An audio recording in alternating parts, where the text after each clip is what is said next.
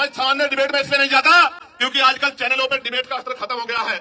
अपने स्वाभिमान सम्मान की रक्षा स्वयं करनी है, वहां कोई भी आके बैठ जाता है और कुछ भी कहने लग जाता है। हम इतने लोगों का प्रतिनिधित्व करते हैं, इसलिए हमारी जिम्मेदारी है कि हम अपने सम्मान की रक्षा भी स्वयं करें। इसलिए मैं चैलेंज करता हूं कि जिनका भी प्रतिनिधित्व लोकसभा में है, उस पार्टी का कोई भी राष्ट्रीय अध्यक्ष यूजीसी के विषय पे हमसे डिबेट करे और जो कमजोर वर्गों के विषय पर डिबेट करे, मुसलमानों के विषय पर डिबेट करे, ईसाइयों के विषय पर डिबेट करे, सिखों के विषय पर डिबेट करे, बौद्धिस्टों के विषय पर डिबेट करे, कर्मचारियों के विषय पर डिबेट करे, किसानों के विषय में डिबेट करें, दलितों पिछड़ों के हक अधिकारों के विषय में डिबेट करें, तो हम उनको जवाब देके बताएंगे कि हम जमीन से आए हैं, किसी नेता के पोते बेटे पोती बेटी नहीं है। हमें जमीन का पता है कि आज हालात क्या हैं और लंबे समय से हालात क्या थे। प्यारे साथियों, बड़े गौर से सुनो।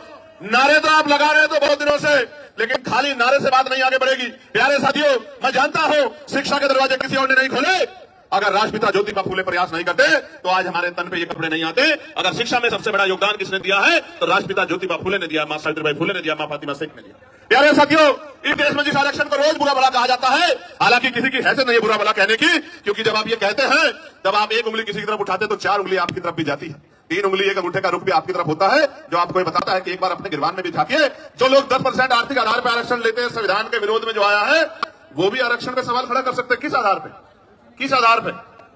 जो लोग सदियों से आरक्षण का लाभ लेते आ रहे हैं, तमाम संस्थानों पे काबिज हैं, जिन्होंने कमजोर वर्गों के लोगों को उनकी दुख तकलीफों के बाद, उनके भूखे पेट के बाद, जब उनकी बच्चों को तन ढकने का अधिकार नहीं था, जिन्होंने उनके आंसुओं के बाद भी, जिनके मुंह से एक शब्द भी हाय का भी नहीं निकला कि इनके साथ गलत हो रहा, वो हमसे सवाल कर रहे हैं। नहीं, आपको कोई अधिकार नहीं सवाल करने का। अगर सवाल करना चाहते हैं तो अपने अंदर पैदा करिए कि आपके अंदर न्याय की क्षमता है। आप न्याय प्रिय पहले साबित करिए, फिर आगे सवाल कीजिए, हम आपके सारे सवालों का जवाब देंगे। प्यारे